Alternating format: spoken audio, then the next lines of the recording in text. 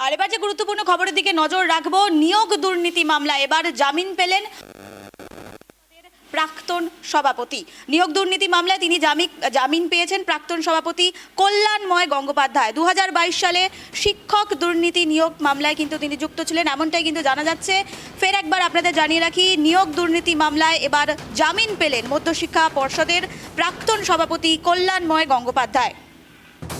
আমাদের সঙ্গে টেলিফোন লাইনে যুক্ত রয়েছে রিমিক, তার থেকে জানতে চাইবো, রিমিক, নিয়োগ দুর্নীতি মামলায় জামিন পেলেন মধ্যশিক্ষা পর্ষদের প্রাক্তন সভাপতি, এই মুহূর্তে কি আপডেট রয়েছে রিমিক? একদমই দেখো, নিয়োগ দুর্নীতি মামলায় অভিযুক্ত হয়ে 2022 সালে কেন্দ্রীয় তদন্তকারী সংস্থা ইডি গ্রেফতার করেছিল মধ্যশিক্ষা পর্ষদের সভাপতি প্রাক্তন সভাপতি কল্যাণময় গঙ্গোপাধ্যায়কে। তারপর থেকে যখন পরে তাকে সিবিআইও গ্রেফতার করে এবং আজকে ইডির যে মামলা ছিল নিয়োগ দুর্নীতিতে, সেই মামলায় কলকাতা হাইকোর্টের বিচারপতি শুভ্রা ঘোষ তার জামিন মঞ্জুর করেছেন। কিন্তু জামিন পেলেও তিনি এখনো তার জেল মুক্তি হচ্ছে না, কেননা সিবিআই এর যে মামলা রয়েছে সেই মামলাতে তিনি এখনো অভিযুক্ত এবং সিবিআই তাকে গ্রেফতার করেছে। গ্রুপ সি এবং নবম দশমের যে মামলা নিয়োগ দুর্নীতিতে, সেই দুটো মামলাতেই কিন্তু সিবিআই তাকে গ্রেফতার দেখিয়েছে। ফলে আজকে ইডির মামলায় কল্যাণময় গঙ্গোপাধ্যায় জামিন হলেও কলকাতা হাইকোর্ট আর জামিন দিলেও এখনই তার জেল মুক্তি হচ্ছে না, তাকে জেলেই থাকতে হচ্ছে। আজকে ইডির পক্ষ থেকে কল্যাণময় গঙ্গোপাধ্যায় জামিনের বিরোধিতা করা হয়। তারা অভিযোগ করেন যে সরাসরি পদে থেকে তিনি দুর্নীতি করেছেন, এই বিস্ফোরক অভিযোগ করে ইডি এবং তার দীর্ঘ সওয়াল জবাব চলে কল্যাণময় গঙ্গোপাধ্যায়ের আইনজীবী। তিনি দাবি করেন যে অন্যান্য এই মামলায় যারা অন্যান্য অভিযুক্ত রয়েছেন তাদের অনেকেরই জামিন হয়ে গিয়েছে, কেননা শুধু কল্যাণময় গঙ্গোপাধ্যায় নয়, সেই সময় পর্ষদের অন্যান্য যে কর্তা ছিলেন অশোক সাহা থেকে শুরু করে শান্তিপ্রসাদ সিনহা, তাদের প্রত্যেককেই কিন্তু গ্রেফতার করেছিল ইডি এবং সিবিআই।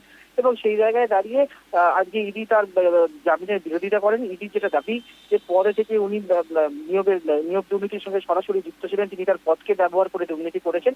কিন্তু সব পক্ষের বক্তব্য শুনে বিচারপতি শুভ্রা ঘোষ যেটা তার পর্যবেক্ষণে বলেন যে কল্যাণময় গঙ্গোপাধ্যায় একজন অতি পরিচিত মানুষ, প্রবীণ মানুষ, তার সমাজে একটা পরিচিতি রয়েছে এবং তিনি তদন্তে যখন সব রকম ভাবে সহযোগিতা করছেন এবং যেহেতু তিনি প্রাক্তন সভাপতি, তিনি ইতিমধ্যেই অবসর নিয়েছেন, তাই তাকে জামিন দেওয়ার সিদ্ধান্ত নিল কলকাতা হাইকোর্ট। এই পর্যবেক্ষণের ভিত্তিতেই কিন্তু কল্যাণময় গঙ্গোপাধ্যায়ের রাজ্যে জামিন মঞ্জুর করেছে কলকাতা হাইকোর্ট। তবে আবারও বলে রাখবো যে যেহেতু সিবিআই এর মামলায় তিনি এখনো অভিযুক্ত রয়েছেন, সিবিআই তাকে গ্রুপ সি এবং নবম দশমের মামলা থেকে গ্রেফতার দেখিয়েছে, সেই কারণে এখনই তার জেল মুক্তি হচ্ছে না, তাকে কিন্তু এখনো জেলেই থাকতে হবে। নিবেদিতা।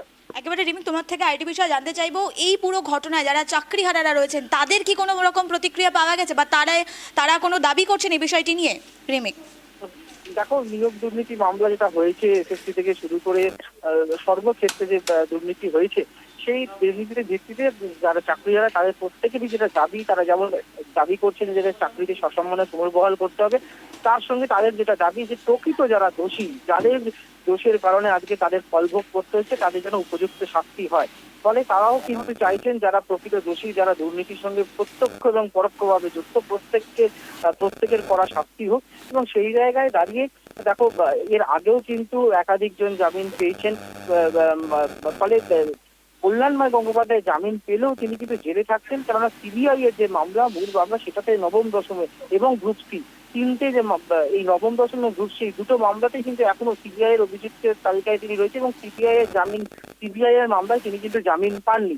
ফলে আজকে কলকাতা হাইকোর্ট ইডির মামলায় তাকে জামিন দিলেও তাকে কিন্তু জেলে থাকতে হয়েছে। ফলে সেই নিয়ে কিন্তু তার আজকের জামিনের জন্য তিনি জেল থেকে ছাড়া পেয়ে যাচ্ছেন এমনটা নয়। ফলে এখনো তদন্ত যেহেতু চলছে, ফলে সিবিআই এখনো তদন্ত চালিয়ে যাচ্ছে এই নিয়োগ দুর্নীতির ক্ষেত্রে। ফলে সিবিআই যখন সিবিআই এর মামলা উঠবে কোর্টে, তখন সিবিআই তাদের আরো কি তদন্তে উঠে এসেছে সেই তদন্তের রিপোর্ট তারা যেটা আদালতে দিবে এবং সেই ভিত্তিতেই হবে।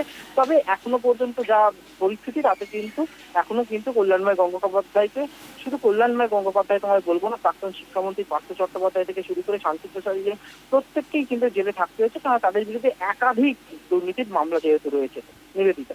রিমিক, তোমার থেকে আইটি বিষয়ে জানতে চাইবো, জামিন মঞ্জুর করেছে আদালত, তবে তাদের জেলেই থাকতে হচ্ছে, সেক্ষেত্রে কিভাবে প্রক্রিয়া চলবে বা কিভাবে তদন্ত হবে সেই বিষয়টি কি জানা যাচ্ছে?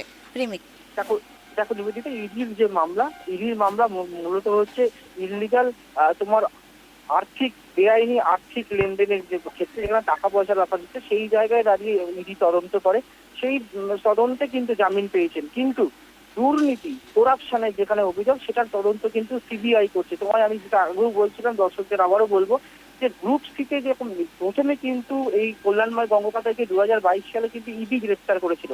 পরে তার যখন তার এর আগেও একাধিকবার কিন্তু বিভিন্ন মামলায় জামিন হয়েছে, কিন্তু তারপরেও তিনি জামিন মুক্তি হননি। আমি তোমায় বলবো যে যখন গ্রুপ সির মামলা হয়, গ্রুপ সির মামলা চলছিল, সেই সময় যখন তার জামিন মঞ্জুর হয় নিম্ন আদালতে, তখন সেদিনকে বিকালবেলায় কিন্তু সিবিআই তাকে গ্রেপ্তার দেখায় লোয়ার কোর্টে। পরে নবম দশমের যখন মামলা হয়, সেই নবম দশমের মামলার ক্ষেত্রেও কিন্তু নিম্ন আদালতে সিবিআই কল্যাণময় গঙ্গোপাধ্যায়কে গ্রেপ্তার দেখিয়েছে।